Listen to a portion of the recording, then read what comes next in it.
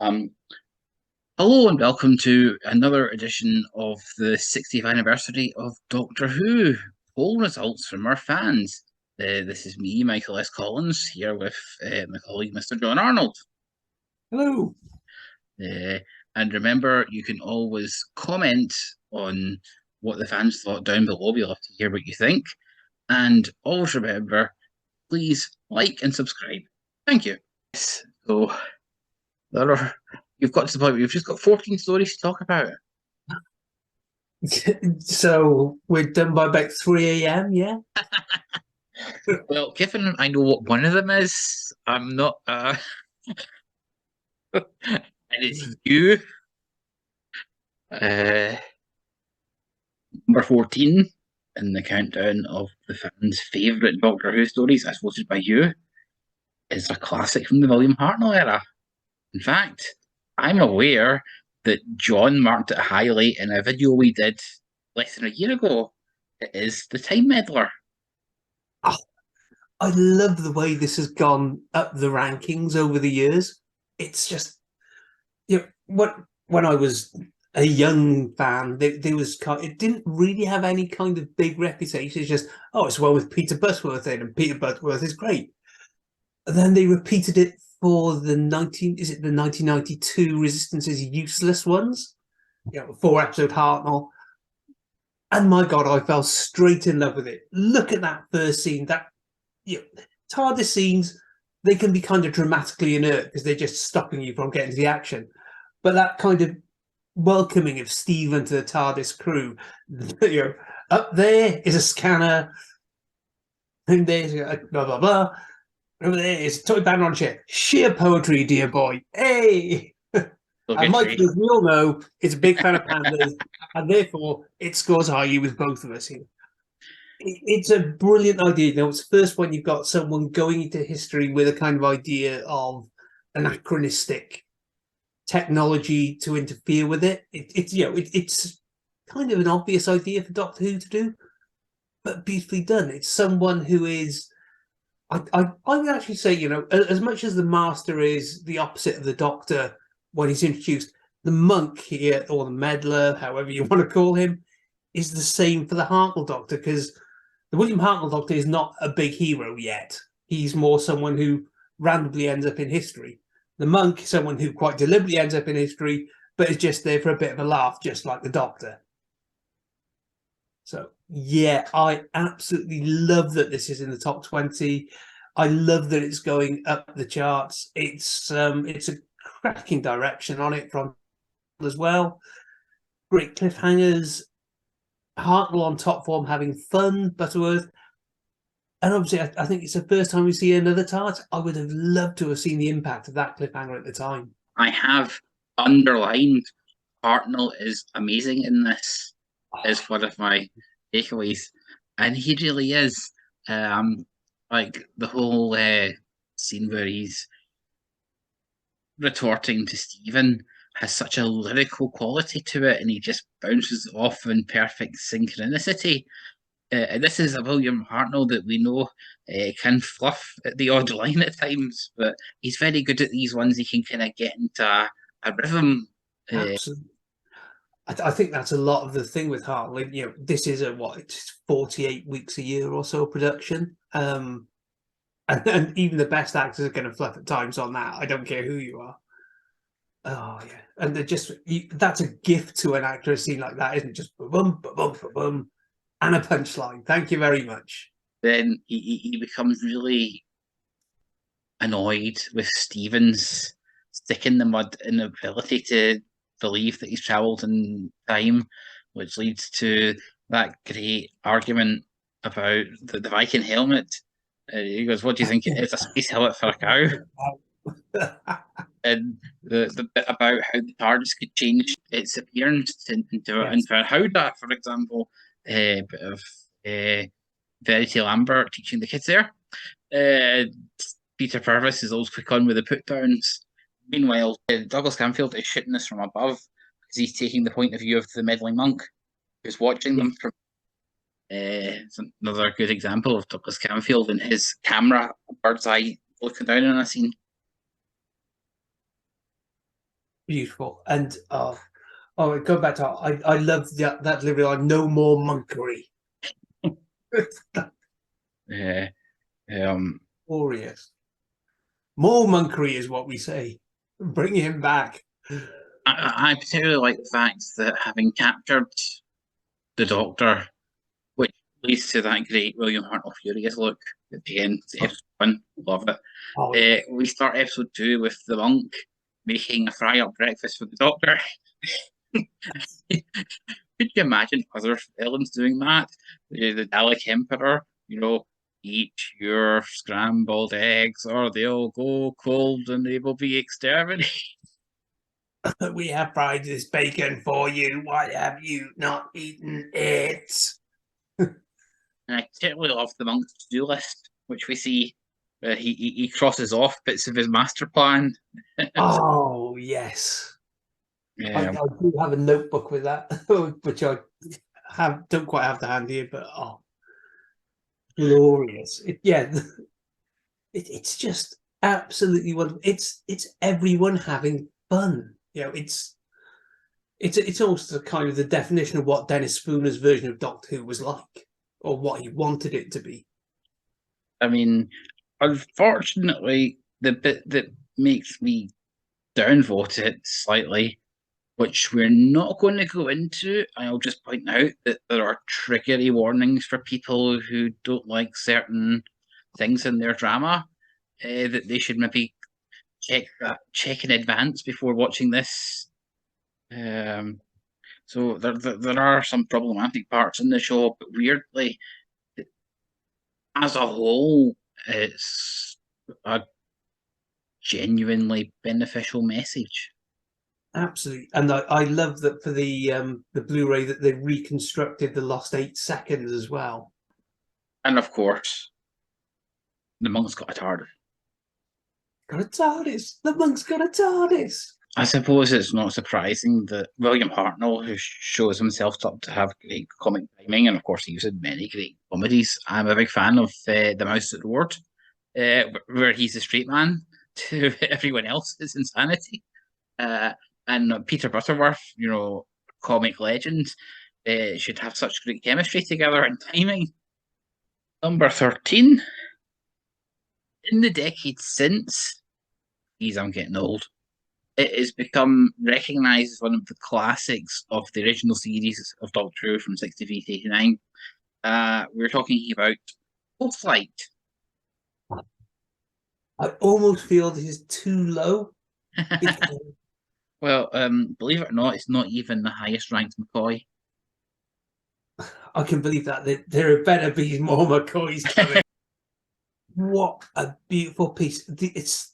It's got a brilliant script. I know it's complicated. It can be complicated on first viewing. I got it on first go, but I'm not sure if that just says something about my mind being twisted. But the casting of it and the atmosphere, oh my lord! Sylvia Sims. Oh, good lord, brilliant on that. Catherine Schlesinger as a daughter as well. What a lovely dynamic they've got between them as well. Oh, Frank Windsor as a policeman, bit of typecasting there. And just it's so clever. It quotes Douglas Adams. It's got so many riffs on that theme of evolution in there, and I could watch this over and over and over again. And frankly, I probably have. I dread to think how often I've watched it over the years. I mean, you could say with the cast, with the people you mentioned, also Og, Michael Cochrane, John Nettleton. It's essentially the cast of your average 70s play of the week. Absolutely, it's high quality, and they all wanted to do Doctor Who, and it's probably one of the best for Sylvester McCoy's kind of muted dark Doctor. Along with Sophie Order gets to play dress up a lot of this as well, which I'm sure she had fun with. The thing you can say about it is it is a bit dodgy that the Doctor is taking Ace to places she really doesn't want to go. So there's that kind of manipulative streak there that you're going, well, that's a bit dubious. And that'll obviously come to us the 4 story later as well. I'm presuming that story is going to come up as well in this list. If there's another McCoy, I can't say because I don't know. My co-host is giving me no spoilers here. But yeah, this is absolutely one. Sharon Deuce, we haven't even mentioned Sharon Deuce there either. Yeah. Oh, well, it's kind of probably the last great gasp of Doctor Who being that kind of TV as theatre thing, because you could really work. You could work this as a stage play. I think it's got that tight setting with Yeah. that just a really strong acting cast, and it depends on the acting more than the effects work. Even though the effects work here is actually really good. To say you want it, and it has probably the best target cover ever. Well, no, I mean, there is the story of how I watched this with Kat in the late 90s, so she was about 8 at the time, and we were watching it. At the end of it, she went, "That was quite good."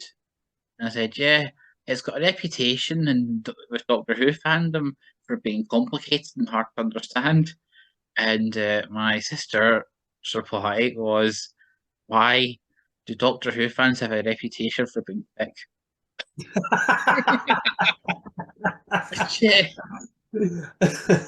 No I comment. should stress, I am repeating as a funny story. I am not implying that people who don't understand the nuances of Ghostlight. Um, I mean, it is one for the DVD era, shall we say?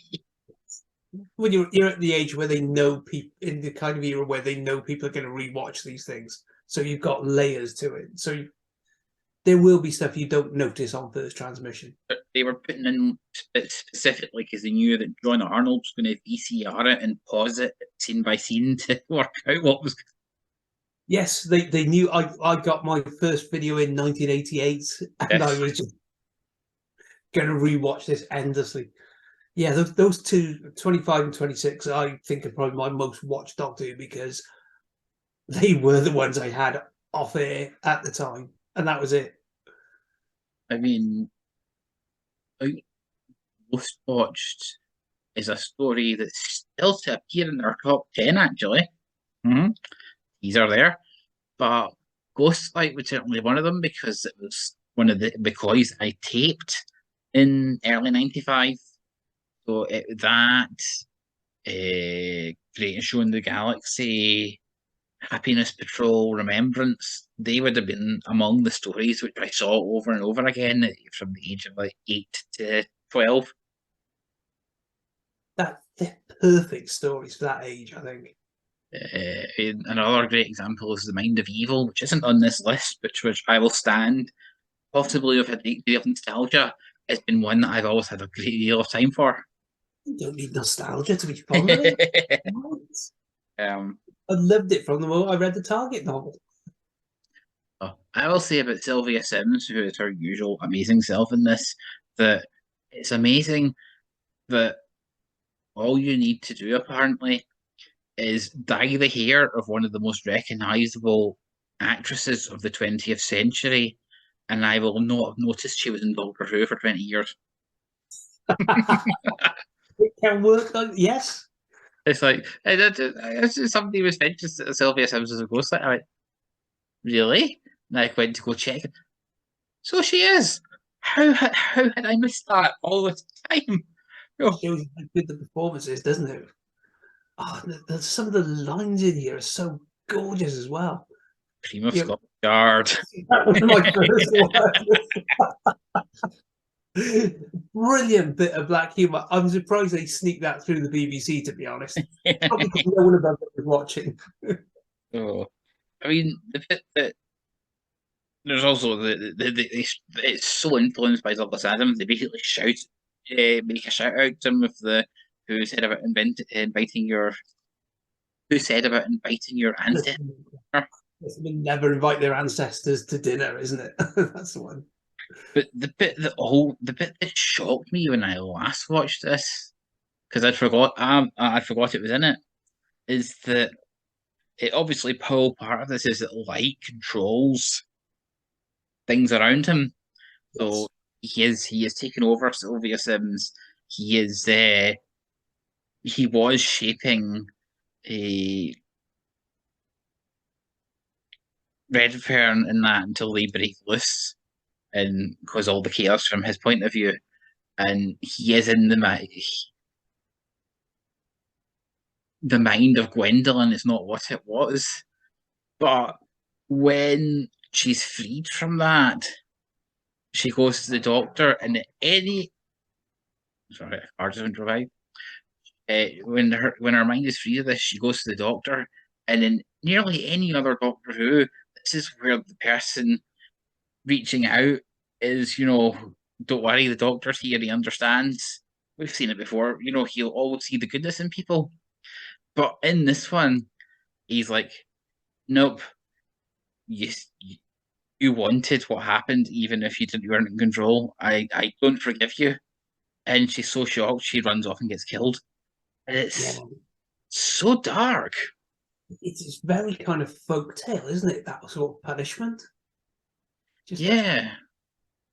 Oh, I mean, the doctor taking Ace to this place that she's terrified of is grim, dark bastard doctor, but straight up, refusing to forgive someone who is relatively not in control of their actions and directly leading to their death that he could have avoided is like that's one of the most dark, grim bastard things he does in the entire series.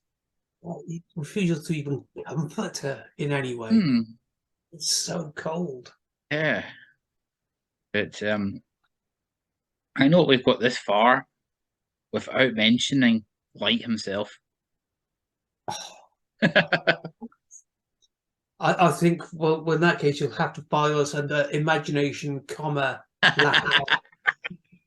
Oh, I feel like his his all the stuff before his introduction, all the other characters being in awe or worshipping as a god or being frankly terrified of him works better than when he's actually there, because you can't live up to that on screen. Yeah, Uh, he's just a catalogue. He's basically just an alien kind of bureaucrat, just capturing stuff. Again, I know you can go great showing the galaxy as a metaphor for Doctor Who fandom in a lot of ways, but so is Light. He wants to collect every specimen. he's I quite like the performance, though.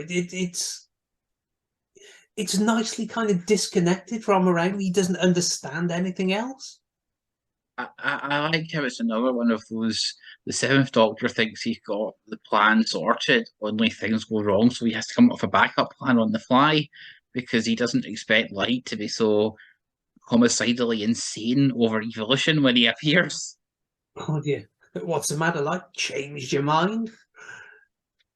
Uh, uh, quite like the line about Ace changing into the evening dress being a metamorphosis.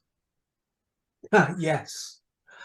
Again, it's a Mark Platt. He's got the chance to write the show that he always wanted to, and he has worked every single line here. And then you got Andrew Cartwell probably working a bit on top of that. It's just a gorgeous, gorgeous story. It's also a great shout out because if you think about it, part of Ghostlight is the metamorphosis by Kafka in reverse, because you've got these weird alien bugs evolving into humans. Nice. But So it's how AFCAC, we'll call it. Kafka in reverse. no, I mean, I genuinely think Ghostlight has a lot to appeal to it. Um, and if it was made for the DVD era or the Blu-ray era, well, they're in that now. Yeah, and it is out on Blu-ray. Can we just pause for about 75 minutes while I go up and watch this? Oh no, because we're never going to get you back when one in a few comes along, and then Well, yeah, then you have to watch Fenric afterwards, don't you? It's mandatory. And then there's survival. you'll want to watch Rose to see how it ties in. I'll skip McGann. It's fine.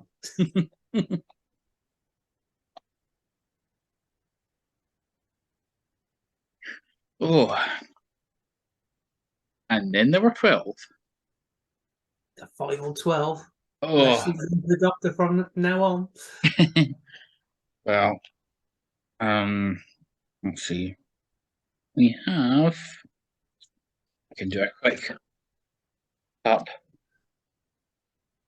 That's 1, 2, 2, 1, 1. Ooh, goody, a third one for him. Where's he? There he is. There's no one his. Yeah, yeah. I keep forgetting. Oh, that's not Tenant. God, I'm a dafty. I keep thinking that's a Tenant story. Not a Oh, Tenant story. Right.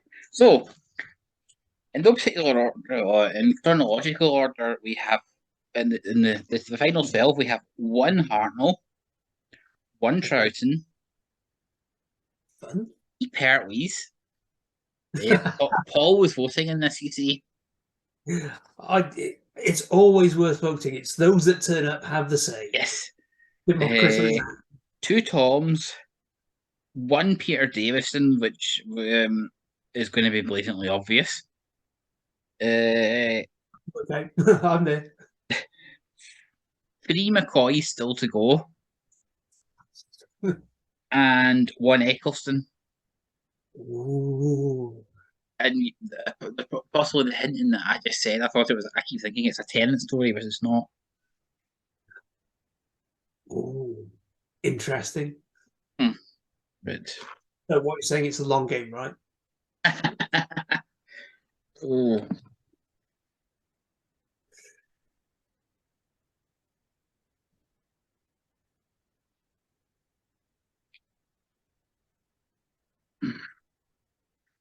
number 12 is one of the early classics that fandom has always loved. From the first season of The Mad Professor of Doctor Who, frankly. It's from Tom Baker's first series, and we want to know, does he have the right? Well, he had the right to be in the top 12 because it's Genesis of the Daleks. Well, it's not my favourite, but I can see why it's there. I always prefer this in kind of the truncated version, because I think the first version I saw was the omnibus they showed in 83, 80, no, was it 82, I think it might have been in that summer. And obviously the LP, because that cuts out such a lot of the flab of the script. I think what makes Genesis so interesting, though, is that it's a very Terry Nation script. It's nothing particularly special, I don't think. Yeah. But you put it in the hands of David Maloney, and you put it in the hands of this new Robert Holmes script. So they've got this new era to make a statement. The kind of statement they made with the Ark in Space. It's the first time I think Tom Baker works out this really alien Doctor that nails his performance, which might be one of the reasons it's really, really so loved, because he is so good in a lot of this, and he also has obviously Michael Wisher opposite him, because that double act of Peter Miles and Michael Wisher, it's glorious. It's one of the best, pairing of villains in the show. You don't notice that there's barely any Daleks in it because of them. Absolutely great. Like I said, I don't think the script is particularly good, but it has hell produced out of it. It really, really does from first shot. I do like that it gives a sadly rare occurrence of allowing us for the Doctor's partner in crime for vast chunks of it to be Harry, and their sort of conspiring knowledge of things is works quite well against the grimness that they're surrounded by. But it agrees it's the first story that Tom Baker is blatantly just the Doctor. He is it from the openings, the opening with the landmine. Yes, put on the landmine. Then they get captured. There's like 10 He's like, any chance of tea? No tea then. It's just he is going to be the primal focus of this, even when there's Davros and Daleks and half a dozen other people trying to steal the show. Nobody's going to steal it from Tom Baker anymore, basically. And they wouldn't steal it from him until into Arthlogopolis. And even then, even Peter Jeffrey couldn't manage it. Let's face it. And if he can't manage it, who can? I mean, the thing that's, I will say that Genesis actually genuinely frightened me as a child because once the Daleks are unleashed en masse, they they spend the entire thing killing like tons of possibly hundreds of extras nearly. Uh, the scenes where they're wiping out the Val base, and then all of the Doctor's allies in the Khaled base, uh, genuinely had me hiding behind the sofa, which I never did in Doctor Who. Uh, and I was so shaken, I actually had to go and watch Animals of Farthingwood to calm down. I mean, I know. Imagine that. Oh, that's brilliant. Oh, Yeah, yeah. I mean, yeah, the Daleks are that threat. They're that real threat because there are so few of them, relatively, that they have much more of an impact. And there's no stairs jokes. We're not at the point in Destiny where Tom Baker's just chucking a joke out there, or Eric Saywood where their plans don't make sense. So it's really good, and obviously Davros is the starter in this, to the point where they just couldn't get rid of him afterwards. yes. Until the new series, most of the time. Yes, and even they had to bring him back. Yes. But they've never been able to quite duplicate Michael Wisher's appearance in the role.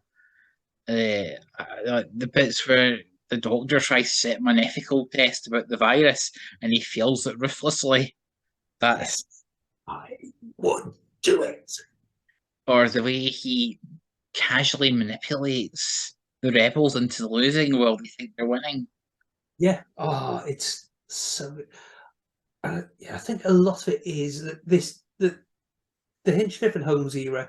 Sometimes the plot can be a bit ropey because Robert Holmes always wants to get to the next set piece because he knows people remember moments. They don't necessarily remember something little beautiful bits of scripting. That's only for people who are going to watch it again and again.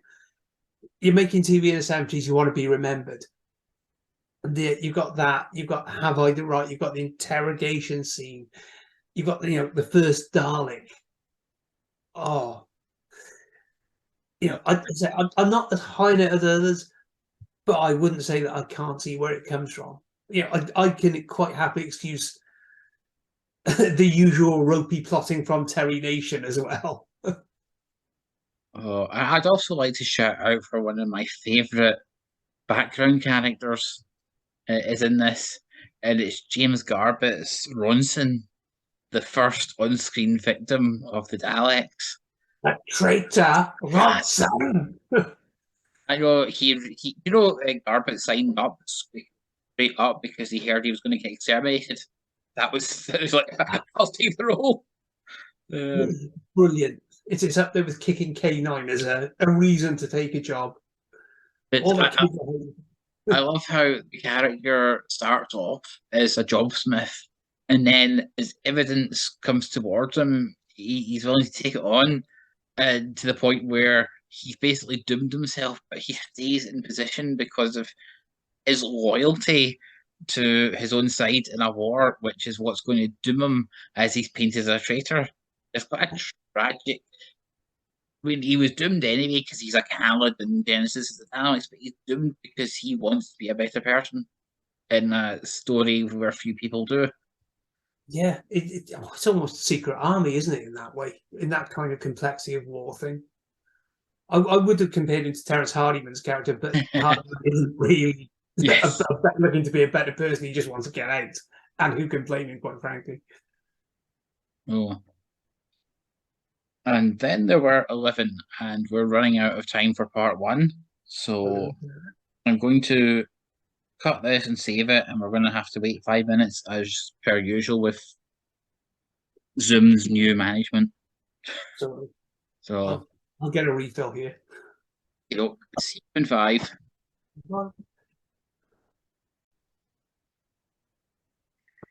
Number 11 was the first of a new era. One Oh, could say that it was one of the most important because it kept the show running. In fact, one could say it was so iconic as a how to bring about a new era of the show that many years later Russell T Davies used it as a template when he had to do the same. who could possibly have made an argument like that in any kind of book? I don't know.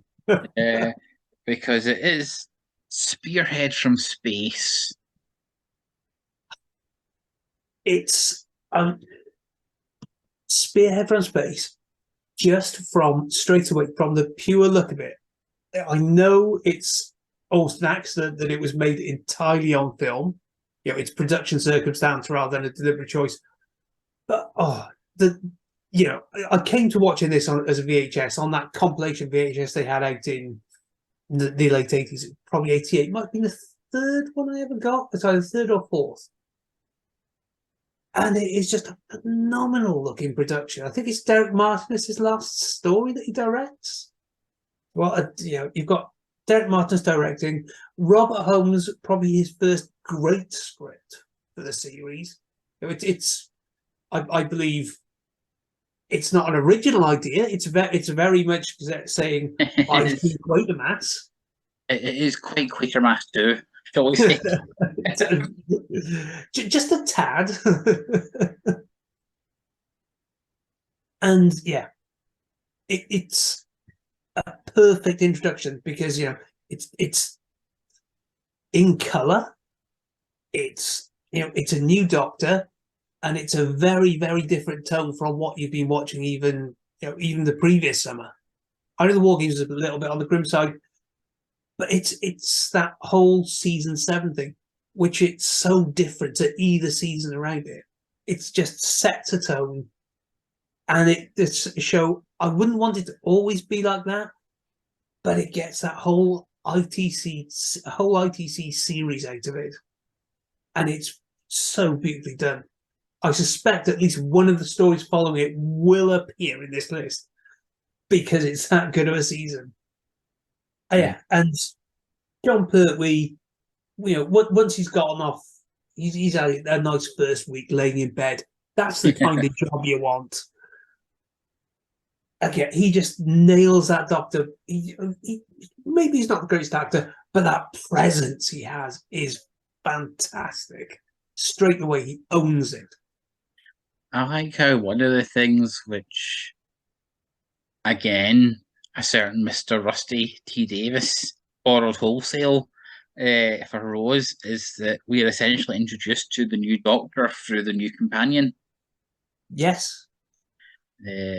I've always quite liked Liz Shaw, although there are many lines of thought, including from Uncle Terry himself, that the character doesn't really fit in Doctor Who. It doesn't fit in Terrence's vision of Doctor Who. It's a more adult series. Yeah, if you're making a series which has a child audience, you do kind of need that Joe Grant viewpoint, I think. But for someone who comes in making a better type of invisible ink, that kind of thing, giving the Brigadier some sass right back to it. Love that. I will say that I find it ironic that the sequel is called Terror of the Autons. Terror is, or specifically terror instilled in young children, is what Spearhead from Space is so perfect at. Oh, the bloody windscreen in that. It's just, how did you get away with that? Well, Derek Martin has never been Doctor Who again, did he? Although, to be fair, he did go on to teach direction, so that may have been more lucrative than working for the BBC at the time. Absolutely. But I mean, there's that. There's the auto in the cottage, and then Yeah. stalking Mrs. C. There's the auto and coming down off the plinth behind Ransom, and then running after him. Yeah. The way the autumn takes the tent out. And there's uh, Yeah. Channing himself. Such an eerie performance by Hugh Burden. The stillness that's kind of not very human. It's such a. There's a bit where you just see him staring behind the glass screen at the Brigadier, or his introduction where he's in the background of a shot where there's all these journalists that have been Yes. called to the hospital. He's The there. door, isn't it? Yes. Um, Oh, it's yeah. And it's such a different performance because he was, I think it probably was between the series of The Mind of Mr. J.G. Reader as well at the time. And it's such a different performance as well. You know, oh, it was so good. And and obviously the upshot of all this where you've just had almost single autons, even when Scobie's double turns up, because that's a one-off. It all builds up to this big set piece at the end. The march down the high street, shop window dummies. which of course you never see the window break. Mm-hmm. You just see the You in your reactions. mind, though? Yeah. And it's so beautifully done. Just that you remember that all the shots of shocked faces and then marching down the Yeti into the Yeti on the Louis tooting back moment, Um, absolutely phenomenal piece of telly. and as you can always tell in the many Target novelizations of Terrance Dicks, the scenes that he genuinely loved, because he builds and builds on that shop window dummy scene. You can tell that he's having great relish adding to it in the book. So He loves that Pertwee era stuff. He didn't, doesn't he? Absolutely adores it. oh, and what helps this is that we're introduced to the Autons by Ransom, who had been a bit of a wet character up to that point, but where the late Derek's me really kind of sticks in your mind is how well he plays, how terrified he is of these creatures. There's some sort of Lovecraftian horror come to life for him, and Yeah. when he escapes him and he's at unit and he can't hold his cup of tea straight because he's been scared out of his mind. And with that kind of the way that the tone of the series has changed, it's a tough thing to play on this one, I think, because you haven't really got the precedent of how you would have played it even a year earlier. Maybe you'd have played like that in Douglas Camfield stuff, but that would be it. Yeah. And then, of course, the Brigadier takes him right back into range to get killed. Yes. Oh, that's just terrible. And the way the autumn just Yep. comes in the back of the tent and just nips straight out again. Wonderfully done. What? How bad is the unit security there, though? From season 7, pretty bad. Yeah, well, I mean, let's talk Ambassador of Death on that one. Oh, goodness. And I will also point out that Spearhead produces one of the most memorable bits in all of the Doctor Who commentaries for me. Was the original one, the original DVD had Nick Courtney talking over and it's kind of more of a technical one. You get to a point where they're talking about how the person who spoke to somebody didn't seem quite human. What could they be? And they usually cut to that great scene of Fleetwood Mac playing over the making of the dolls, but they cut straight to the eyeless dolls being made. and Nick Courtney in commentary actually lets out a yelp of horror because he thought that was unexpectedly horrific for kids' TV. That particular jump cut. It's a brilliant bit of visual storytelling Yes, again. Even though I believe it was didn't work on the original VHS release because it got cut out because they didn't want to pay for Fleetwood Mac clearance. I mean, Oh, well. some people might think that icing on the cake when John Cleese shows up in Doctor Who. I think it is when they're having a nice horror story and Peter Green suddenly shows up for a cup of tea. Green Maharishi, come on. Come Uh, on, that's what you want. oh well. And then there were 10. This is where I need to do a top of the pop theme or something. Which era do you want? Kim Sullivan. Oh, well, for number 10, you know how just a few minutes ago, John, you were talking about how bad UNIT were protecting prisoners in I season certainly did. 7, and you referenced Ambassadors of Death. Well, Indeed. here's Ambassadors of Death. I almost did. I don't generally expect Ambassadors to make top 10. It's one of those that's always been seen maybe the weak link of that season. And that's no comment on Ambassadors. It's because you've got, Spearhead opening, you've got the Silurians, which again is one of the great moralistic scripts, and you've got Inferno afterwards. And it's Inferno next, isn't it? You're going to tell me next. Well, it's probably directly down to people like myself, Paul Gill, and Steve Atkins, who are well-known fans of this story, that means So that this is actually the highest ranked story of season 7. I quite like that. I do like a different marching to the beat of a different drum there. Yeah, it does show in places. You've got too many cooks with the script of it. It's. I think there's particularly one really loose bit of plot that makes it look like Benton's a traitor. Yes. Yeah, you'll have an isotope.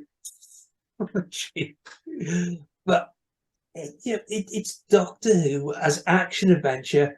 It's got, as I think we've mentioned before, one of the great cliffhangers of Doctor Who. Cut it open. It's got some brilliant opening titles. I love that idea. Yes. It even has a cliffhanger 30 seconds into the episode 1. Where he goes, it took off from Mars. Something took off from Mars. Yeah, the first cold open, really. It's got, hang on, it's got a cliffhanger in the titles. Yes. The Ambassadors of Death. It's got such style to it. It might be the most stylish story of the 70s. I mean, I also like. I was a big fan of the right cut it open cliffhanger, but I do like Liz Shaw getting stalked along the dam. Oh, yeah. Here because there's such great stunt work by Derek Martin and co in that one. It's genuinely so ridiculously tense, isn't it? And Oh, Sir yeah. James Quinlan getting bumped off at the midway point when you're led to think he's the big bad, he's actually surplus. And Totally. the hand reaching out behind the doctor straight into the Oh, that's that's the image that's always been on the story. yes. Used for the novelization, the reprint cover of the novelization for Star. It's just the image you see on all the publicity photos from it. Just that the hand, all that.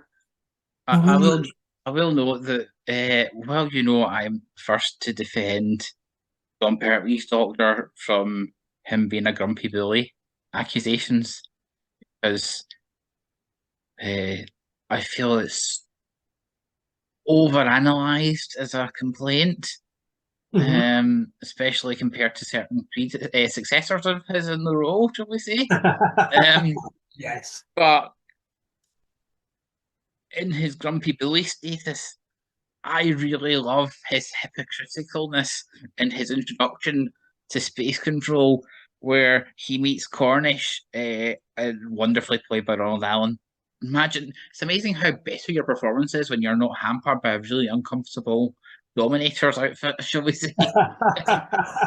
um, and Cornish asks the doctor what seems to be a simple question. The doctor goes, "The man's a fool. Let me explain to you in simple language." And the Brigadier takes him aside and goes, "Doctor, that's Cornish. He's in control. We need to keep him on the suite."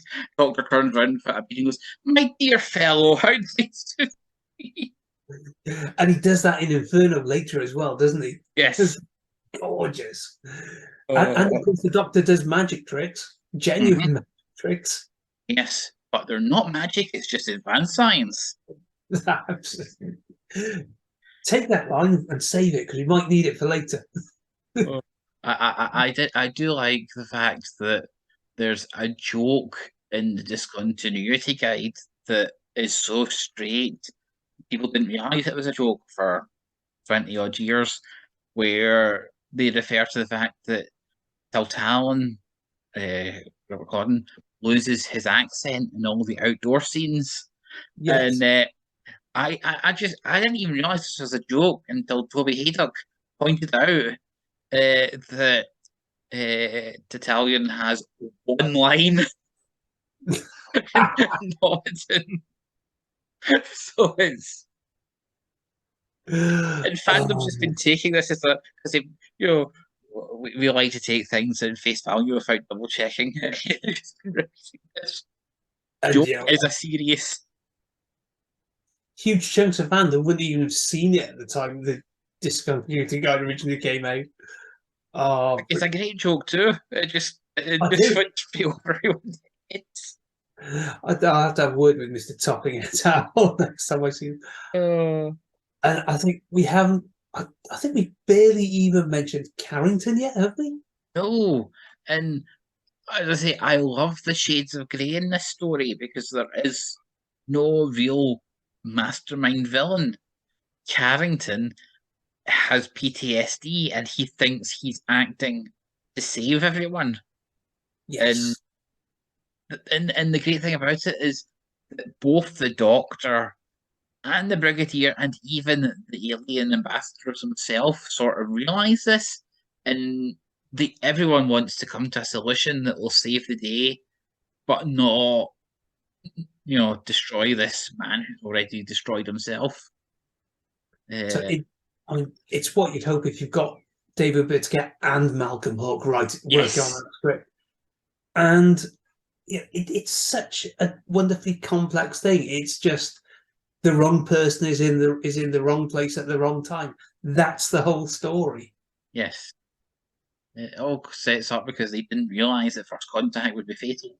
But he thought it would he thought that they knew it would be because he's in a 60s Doctor Who story. Not a Matt Holt one. And he's given such, even as his unhinged xenophobia, shall we say, takes over, he's still given great dignity by the script and other characters because it's his health that's the biggest enemy, not anything else. So I love that bit at the end when the Doctor basically says, "Yes, I understand your intentions were," and allows them to leave. And of course, the thing is, Matt Cock just goes, "I can use this again," because he uses it again in Frontier in Space. Yes. Even among the whole misguided villains thing, you got to return to your themes sometimes. And obviously, Reagan is slightly more of a. He's basically walked off the Sweeney, which hasn't been invented yet, but he's Carter at this point. But he's not really the mastermind. He's just somebody who's been able to take advantage of situation as it fell into his lap.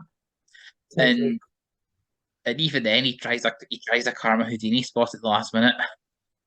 Yeah, and again, they're perfectly convincingly motivated villains. Self-interest. How can I exploit this? Thank you very much. It's not outright evil, and I mean, you can choose to see it that way. But it's just he's just an absolute bastard, isn't he? Really. And so wonderfully played. They're both so wonderfully played. Carrington's the great John Abernethy, obviously. But William Dysart's really good as Reagan too, I thought. Yeah. And Brilliant. the poor old professor is, of course, Doctor Who legend Cyril Shapps. Yeah, there's almost too many great performances in this. Oh, and I should point out, talking of greats, in a very small but instantly recognisable role as a mercenary in episodes 1 and 2 is Robert Robertson, better known as the Doctor from Taggart for the better part of 20 years. It's the mercenary who gets caught and he's being interrogated by the brigadier, and then the Doctor goes, "Stand up straight," and he jumps up and realizes it's army. That's the Doctor from Taggart from the McManus years. Robert Robertson, he was a highly regarded Scottish TV actor. He actually died giving a Burns Night recital at the turn of the century. I don't want to make light of anyone's death, but that is such a Scottish way to go. He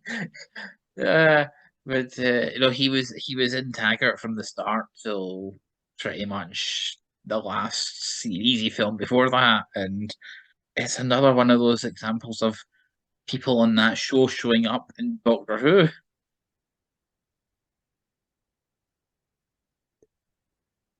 But no, I have always been a big Ambassadors of Death since the first time I saw it, and the fact that it's now regarded as possibly the flawed diamond of the season because of the production issues that led to it.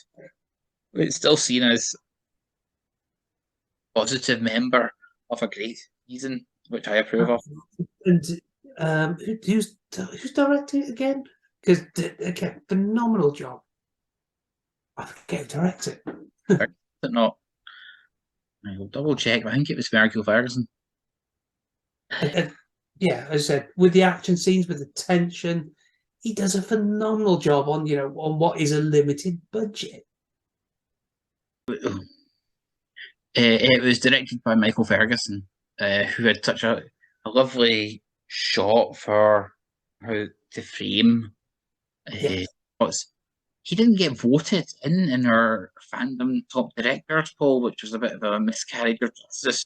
Because you can take snapshots of how he frames pivotal moments, and it's like art. The seeds of death come to mind too, and he's also got the great story from this one where Turnsticks. Oh, the bit where the car gets the spaceship gets taken is a nice cheap one, and then Ferguson directed it with helicopters and 30 stuntmen, and he's like, and Turnsticks hardly said to him afterwards, like, I wrote a nice one that was fitting our budget, and then you put in the helicopters and all that, and he said, the part that Michael Ferguson turned to him and went, "Yes, Terence, you did your job as the script editor. I did mine as a director." So, number 9. I actually have quite a few notes for it down here, but I might just sit back and relax for the next 2 hours because number 9, the greatest show in the galaxy. What hell? I like to dress for the occasion. Well, all I can say is, obviously, if anyone knows me, I would consider this 8 places too low. Because it's just my favourite story of all. It's at the end of I would argue, my favourite series of Doctor Who, which is only really kind of ruggled by maybe the Eccleston year, and maybe a couple of the Capaldi seasons, but it's that, but it's that season that kind of brought me back to. I've said this many times when Remembrance was in. Remembrance was the show that brought me back. This at the end, it's exactly what you need when you're 14 and watching Doctor Who. You know, that whole scene, the sense of wonder is back, and then this, it builds on the Happiness Patrol and being quite deliberately absurd. You get to second act, you open with that Sinister Circus thing. You don't know what's going on, and it's dark and it's wonderful. You know, you've got Rico Ross delivering that Ringmaster rap, which I absolutely adore. Because how many Doctor Who stories start like that? You know, again, I know it's talked about a lot as postmodern, but that is just an idea. It's all talking to the audience to start with. And then you've just got such a range of bizarre characters. You throw Peggy Mount away. Oh, not Peggy Mount. Sorry. You know, a Stallhold.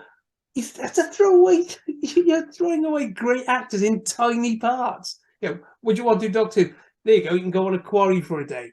Oh my lord. And then you've got Ignore the Vandal, maybe a little absurd. Jams to Marker, he was known as Adrian Mole to me at that point, and to many others, and which is properly great nerd casting on that front.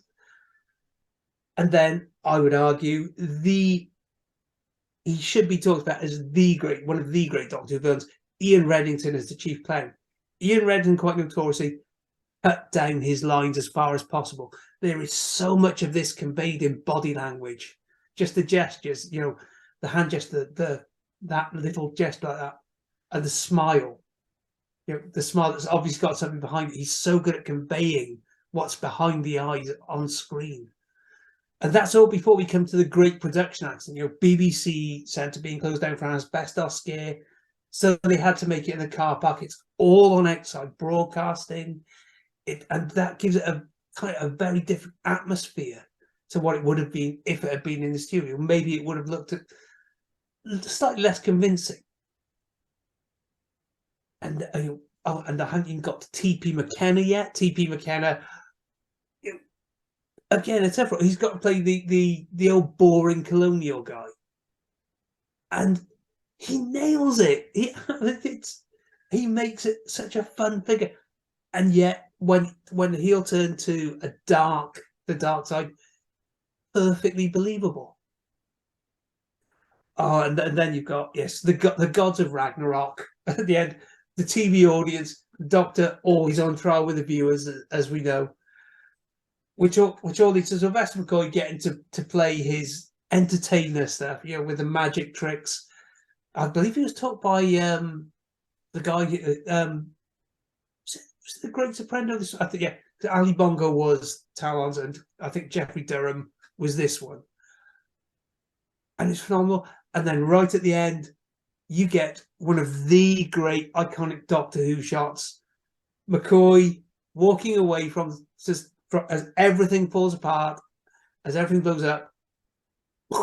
And I know they gave too many explosives there, and McCoy said, "You never bloody told me that," essentially afterwards. But no, and then you've got the rest of the cast of the Psychic Circus as well. Deadbeat, nice little performance there from Chris Jury. Bellboy, the empathy in Bellboy's performance, that kind of broken husk that he is, that represents it. And I know it's a metaphor for how the 60s dream fell apart under kind of, the 60s generation of hippies, peace and love, became the Thatcherite generation. And it's this wonderful analogy. And I have, again, like Ghost Light, I have watched this more times than I care to count, because it is, again, one of the great Doctor Who stories, probably my favourite Doctor Who story, and you should all go and watch it right now. Oh, spoken with true love. Although I did note, after doing my research, that's something I hadn't noticed before. The greatest show in the galaxy was shown over your Christmas holidays when you were at school for the first time. So, is there a bit of I was off for the Christmas break when this show was shown, added to your the nostalgic part of your Oh, love for this. it's like almost perfect over Christmas, isn't it? It's panto season. It's kind of in that tent. It's a little bit of a panto and the entertainment. So, yeah, of course, because the series was delayed for a couple of weeks by the Olympics, Mhm. Seoul Olympics. So Ben Johnson's cheating gave us, It gave you your favorite Christmas. absolutely. Oh, um, I mean, a bit about the walk, him walking away from the tent is that the pyro was so explosive, it actually burnt the back of the suit Yes, and McCoy himself. But not only does he keep this, they keep the scene going because they can only afford one take. He doesn't even flinch, or he knows he basically in wrestling parley no sells the hell out of it to keep in character. yes, And if you think people think it's amazing when Gunter in WWE can no sell a chop to the, I mean, Sylvester McCoy no selling pyro exploding his back off is insanely amazing. I've watched it so many times. I don't think he even blinks. No, he just stays in character. It's incredible. I Yes, love the imagery though. So you've got like clowns in a hearse, the bus conductor, the location of the ring itself. yes, Uh, there's so many great ideas in there. Obviously, clowns are not very, they're quite creepy in general. But I think what makes the chief clown great is that he's a survivalist. He's not yeah, in charge of events, but he's very he's almost as robotic as his partners, but he's human, and he always reveals he's human with moments of rare panic, or when Captain Cook is mauled by Jessica Martin, who I've not mentioned yet, who's yes. wonderful in her role. She's greatly sympathetic, which makes the reveal that she is an enslaved werewolf all the more shocking. I suppose Um, because back then I think we were knew as an impressionist, and then she comes in and gives this performance, and that is a genuinely eerie, makeup at the end of episode 3. That old devil moon. and it's great because the chief clown, who's been this EA person, all is absolutely terrified of her, and they use this to their advantage for the whole part four. That whenever Yes. he will actually back away from her. Oh, um, Obviously, Adrian Mole's in it, but because he's profoundly in love with Pandora, he sadly doesn't make Act 3. uh, but primarily, I love the fact that the satire is window dressing, essentially. It's there, but if you don't get it, like I didn't get it when I was 8, still left with this quite good adventure story yes. um, where the doctor walks into a dangerous situation because people need him to, and then he takes on a powerful trio of gods, weaponless, survives with his guile, smarts, and general humanity alone. Yeah, It's it's the Doctor's trickster god again, isn't it? it's him at his most human, basically.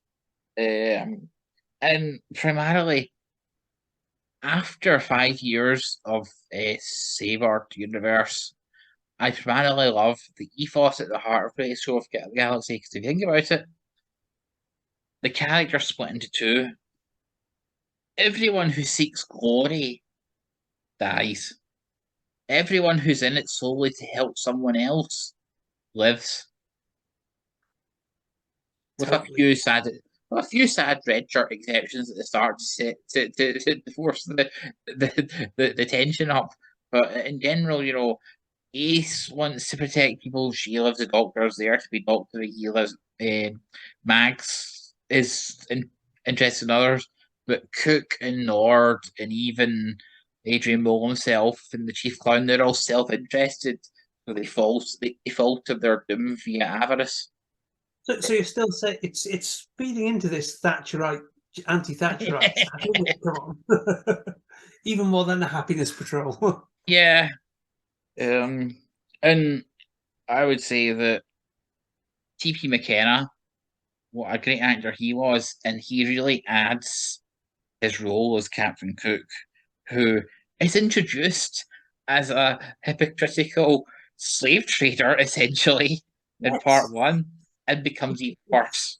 yeah. Again, it's a comment on the Empire, isn't it? Yes, It's the Empire who thought they were civilizing places, but were really and just making money off it. he is essentially the same as Chief Clown because he walks into a danger spot not realizing, and as soon as he is, his survival skills are put him above everyone else.